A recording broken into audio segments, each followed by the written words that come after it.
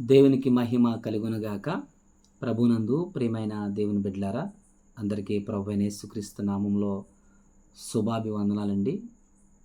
ప్రతి దినము కూడా నేను వాట్సాప్లో వాక్యంతో పాటు వాయిస్ మెసేజ్ 5 నిమిషాల నుంచి 10 నిమిషాల వాక్య వివరణ నేను ఉదయకాలమే తెలియచేయడం జరుగుతుంది. వాక్యం ధ్యానించడం జరుగుతుంది. గడిచిన కాలాల్లో 2 సంవత్సరాల క్రితం ఇదే రీతిగా యూట్యూబ్లో కూడా దేవుని వాక్యము మనం ధ్యానించడం జరిగింది. రాజశేఖర్ కోరం యూట్యూబ్ ఛానల్లో మీ మెసేజెస్ మీరు చూడొచ్చు, ఇదే ఛానల్లో చూడొచ్చు.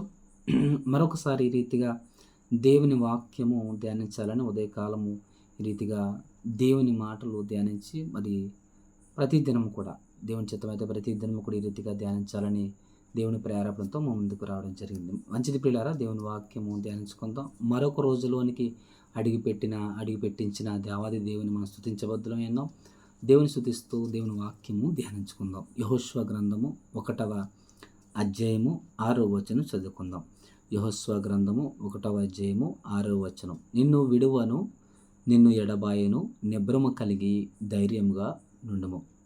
ప్రియులారా, దేవుడు వాగ్దానం చేస్తున్న మాట, దేవుని వాక్యం మనతో మాట్లాడుతున్న మాట ఏమిటంటే, నిన్ను విడువను, నిన్ను ఎడబాయను, నిబ్రము కలిగి ధైర్యముగా నుండము. యెహోషువతో చెబుతున్న మాట ఇది. ఈరోజు దేవుని వాక్యం ద్వారా దేవుడు మనతో చెబుతున్న మాట.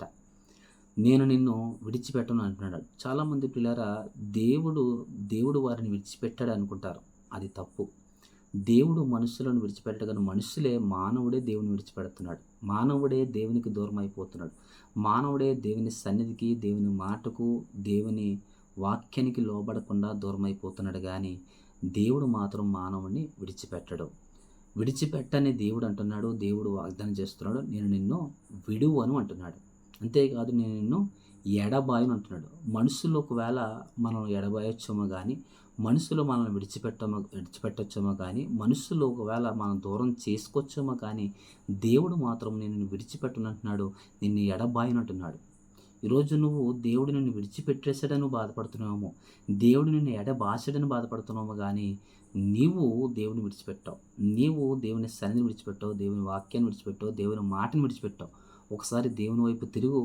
దేవుని యొక్క సన్నిధి నీకు తోడు ఉంటుంది. దేవుడు నీకు తోడే అంటాడు. తర్వాత మాట్లాడేట కదా, నిబ్రము కలిగి ధైర్యంగా నుండుము.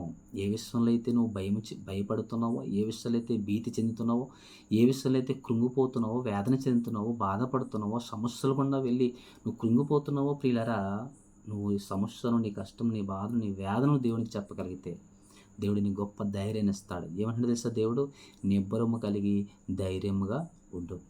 భయపడవద్దు అంటున్నాడు. ఏ విషయంలో నువ్వు భయపడిపోతున్నావో, ఏ విషయంలో అయితే నువ్వు కృంగిపోతున్నావో, ఏ విషయంలో అయితే నువ్వు వేదన చెందుతున్నావో, నువ్వు ధైర్యంగా ఉండు. నేను నిన్ను విడిచిపెట్టను, నేను నిన్ను ఎడబాయను అంటున్నాడు. ప్రియులారా, ఆయన మానవుడు కాదు విడిచిపెట్టేయడానికి.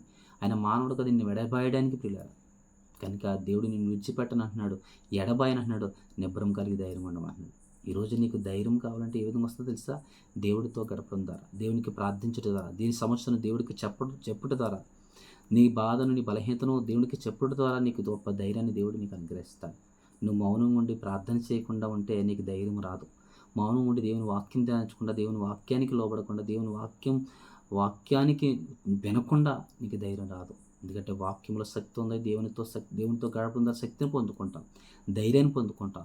ఏ విషయంలో నువ్వు భయపడుతున్నావు, ఏ విషయంలో అయితే బాధపడుతున్నావు, ఏ విషయంలో అయితే కృంగిపోతున్నావు, చింతిస్తున్నావు, వేదన చెందుతున్నావు, నువ్వు దేవునితో గడపగలిగితే, దేవునికి ప్రార్థన చేయగలిగితే, దేవుని మాటను వినగలిగితే, దేవుని వాక్యానికి లోబడగలిగితే, దేవుని జీవితంలో గొప్ప ధైర్యాన్ని ఇస్తాడు, బలాన్ని ఇస్తాడు, శక్తిని ఇస్తాడు. అంతేకాదు అంటాడు కదా, దేవుడు నిన్ను విడిచిపెట్టను అంటున్నాడు. విడిచిపెట్టని దేవుడు ఉన్నాడు. ఎందుకంటే ఆయన చూచే దేవుడు, మన ప్రార్థన వినే దేవుడు, అంతేకాదు మన హృదయాలు పరిశీలించే దేవుడు, సమస్తం ఎరిగిన దేవుడు అని మౌనంగా ఉండడానికి వీల్లేదు సుమా. నువ్వు దేవునికి ప్రార్థన చేయాలి, దేవుడి దగ్గర మొరపెట్టాలి, దేవుని వైపు తిరగాలి. నువ్వు ఎప్పుడైతే నువ్వు తిరుగుతావో దేవుడికి గొప్ప ధైర్యం ఇస్తాడు. కొండంత అండనిచ్చి దేవుడు నిన్ను బలపరుస్తాడు, ఆదరిస్తాడు, ఓదరుస్తాడు, ధైర్యపరుస్తాడు. కనుక నిబ్బరం కలిగే ధైర్యం ఉండమంటున్నాడు. నిబ్బరం కలిగే ధైర్యంగా ప్రార్థన చేసుకుందాం. ప్రార్థన. మహాపరిశుద్ధుడు, మహోన్నతుడైన మా దేవ, మా ప్రియ పరలోకపు తండ్రి, మీ పరిశుద్ధ నామమునకు, ఘనమైన నామముకు లెక్కింపలేని స్థుతులు స్తోత్రాలు చెల్లించుకుంటున్నాం ప్రభువా. తండ్రి, మరొక దినాన్ని ఇచ్చారు, మీకు వందనాలు. ఈ ధనాన్ని ప్రభువా మీరు వాగ్దానం చేస్తున్నారు.